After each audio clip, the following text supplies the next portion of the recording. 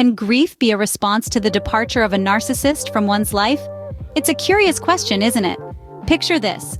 A woman, let's call her Anna, finds herself in a relationship with a man, let's name him John, who exhibits all the classic signs of narcissism.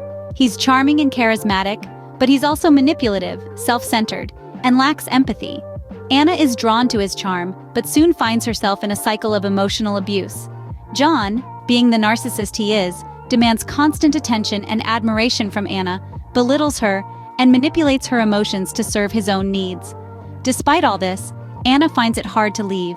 She's become so entangled in John's web of manipulation that she believes she cannot live without him. When Anna finally musters the courage to break free from this toxic relationship, she's left with a sense of loss and grief. But why? Why grieve someone who caused so much pain?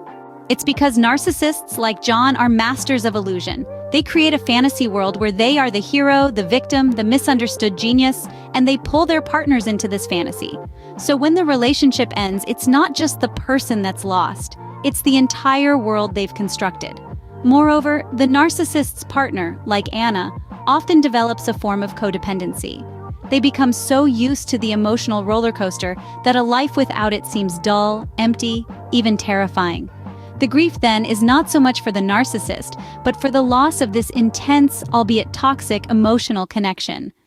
Lastly, there's also the grief for the person the narcissist could have been. Underneath the charm and manipulations, Anna saw glimpses of a kind, caring person. She grieves for the loss of what could have been had the narcissist not been so consumed by their own ego. So, to wrap things up and summarize, narcissists are masters of illusion. Their departure leaves a void, not just of their presence, but of the entire fantasy world they've created. The partner of a narcissist often develops a form of codependency, making a life without the narcissist seem empty and terrifying.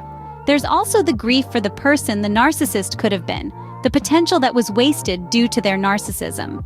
Grieving a narcissist, therefore, is a complex process.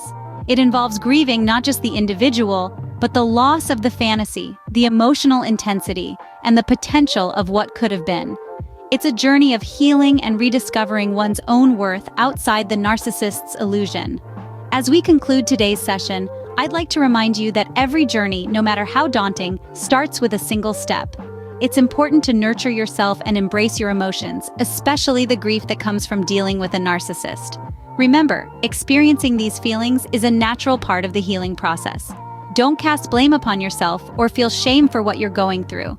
It's a necessary path towards recovery. Until we meet again, this has been Psych Insight, wishing you strength and healing on your journey.